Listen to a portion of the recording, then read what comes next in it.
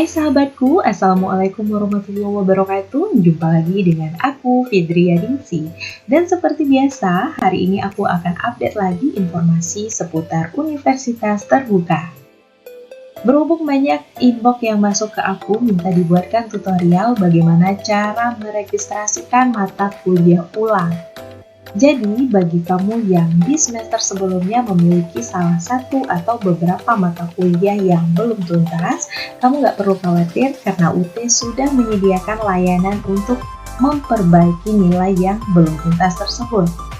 Sebagai informasi aja, khusus bagi mahasiswa yang mengambil layanan SIPAS, kamu baru bisa meregistrasikan mata kuliah ulang pada semester ketiga.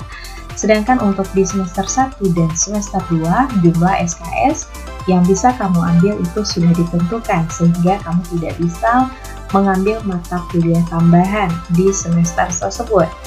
Namun, bagi mahasiswa yang mengambil layanan non-SIPAS, karena aku nggak punya cukup informasi soal ini, seandainya saat ini kamu sedang berada di semester 2, dan ternyata ada mata kuliahmu yang belum tuntas di semester lalu, silakan coba aja registrasikan. Kalau seandainya berhasil, berarti kamu bisa meregistrasikan mata kuliah ulang di semester 2. Kalau seandainya berhasil, jangan lupa bagi informasinya di kolom komentar ya. Kalau misalnya kamu udah paham informasi awal yang aku sampaikan ini, kalau gitu yuk langsung aja ikuti tutorialnya. Yang pertama, pastikan kamu sudah terhubung dengan akun SIA UT-mu masing-masing. Silahkan login dengan mengetikkan sia.ut.ac.id. Kemudian di bagian beranda, silahkan klik aja admisi registrasi sarjana dan diploma.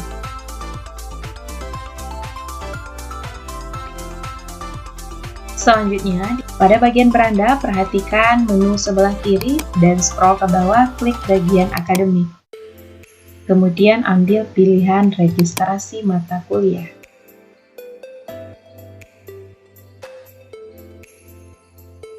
Scroll lagi ke bawah. Kemudian jangan lupa membaca informasi yang ada di sini. Sebelum melakukan registrasi, kamu harus menentukan lokasi tempat ujian terlebih dahulu. Dan kemarin ada juga aku baca pertanyaan yang seperti ini. Kak, aku ingin meregistrasikan mata kuliah ulang, tapi kenapa nggak bisa ya? Bagi kamu yang ingin meregistrasikan mata kuliah ulang ini, yang pertama yang harus kamu lakukan adalah meregistrasikan mata kuliah utama terlebih dahulu.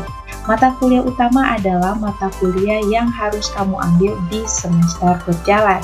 Seandainya saat ini kamu adalah semester 3, berarti yang pertama yang harus kamu lakukan adalah meregistrasikan terlebih dahulu mata kuliah untuk semester 3 tersebut, kemudian kamu cetak bilingnya, dan baru selanjutnya kamu registrasikan mata kuliah ulang. Di sini sudah terlihat tombol mata kuliah ulangnya, namun belum bisa kita klik. Yang pertama harus kita lakukan adalah mengisi lokasi tempat ujian. Silakan pilih lokasi tempat ujianmu terlebih dahulu, baru kemudian tambah mata kuliah ulang.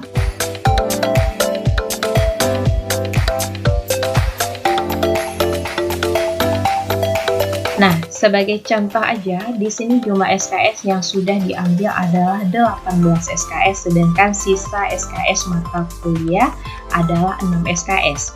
Jadi, kalau misalnya di sini sisa 6 SKS mata kuliah, seandainya mata kuliah ulangmu jumlah SKS-nya adalah 3 SKS, berarti total mata kuliah ulang yang bisa kamu registrasikan adalah sebanyak 2 mata kuliah ya, karena kalau aku perhatikan kebanyakan di UT itu mata kuliahnya 3 SKS ya, jarang aku menemukan mata kuliah yang 2 SKS.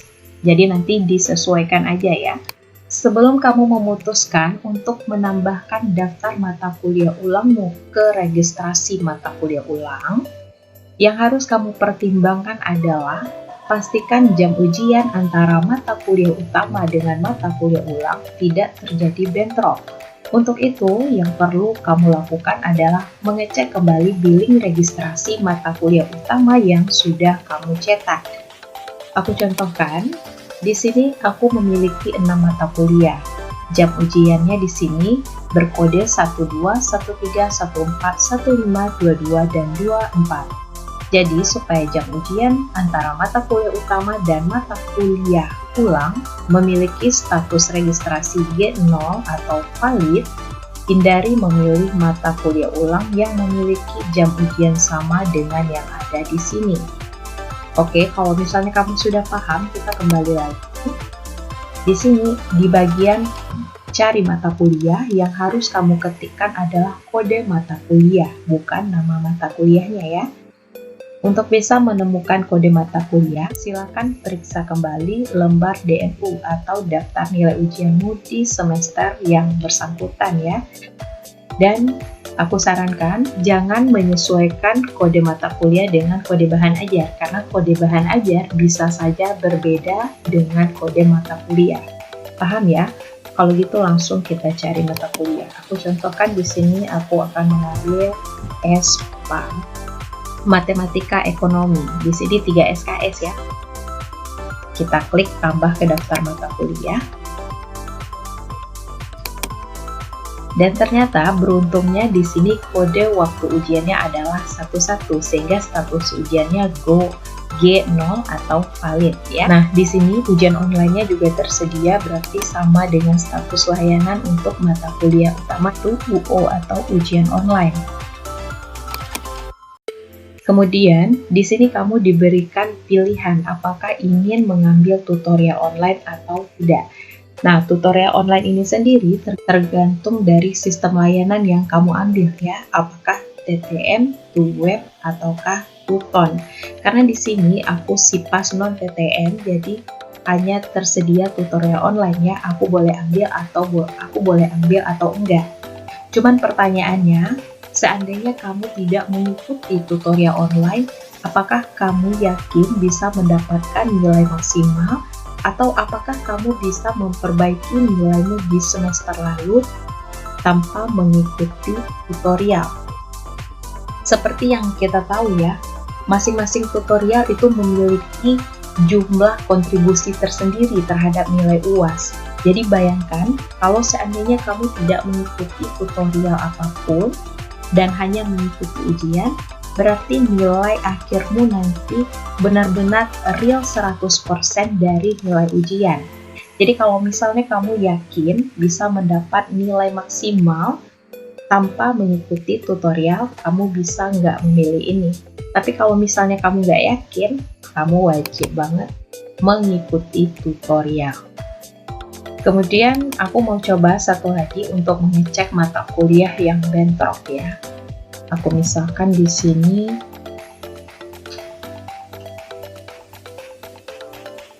kita tes ya.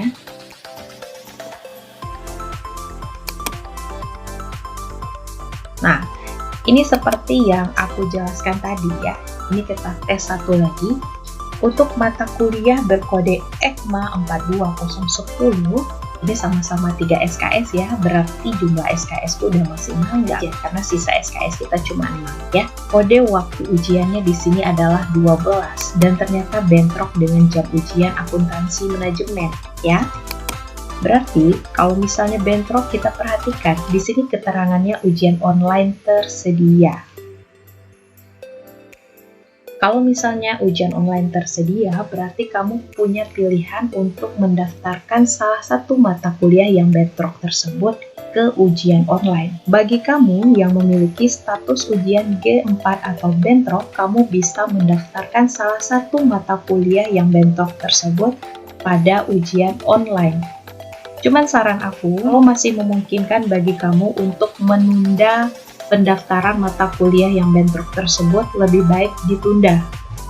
Kecuali kalau misalnya keadaannya mendesak, misalnya saat ini kamu sudah berada di semester 7 atau di semester 8 dan kamu khawatir nanti akan memakan waktu 1 semester lagi hanya untuk mengulang mata kuliah bentrok ini.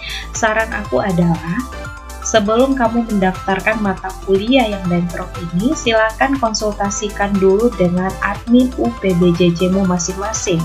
Karena nanti ujian online akan dibuka jadwalnya oleh UPBJJ. Saat ini kamu lihat di SIA UT mungkin jadwal ujian online itu belum dibuka, karena ini adalah kebijakan dari UPBJJ-mu masing-masing ya.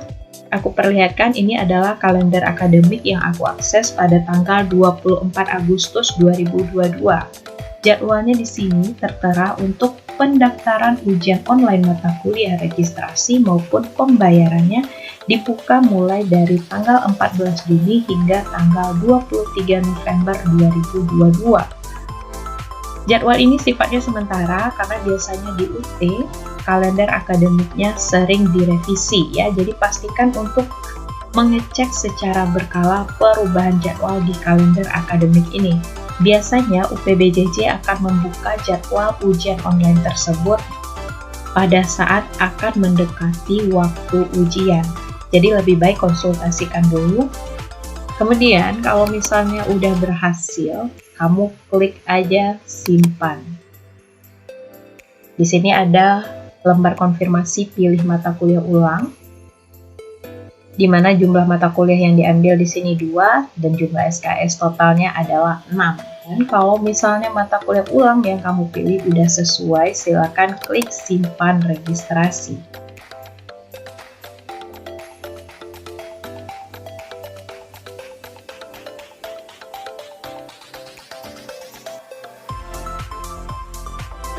Nah, kalau misalnya proses registrasi mata kuliah ulangnya sudah selesai, silakan kamu scroll aja ke bawah bagian registrasi mata kuliah tadi dan klik di bagian info pembayaran registrasi mata kuliah. Nah, di sini seperti aku punya billing, ini adalah tagihan billing mata kuliah utama, sedangkan yang di bawahnya ini adalah tagihan billing untuk mata kuliah ulang ya. Ini aku contohkan aja. Aku sebenarnya nggak akan mengambil mata kuliah ulang. Kemudian di sini langsung kita klik aja cetak billing.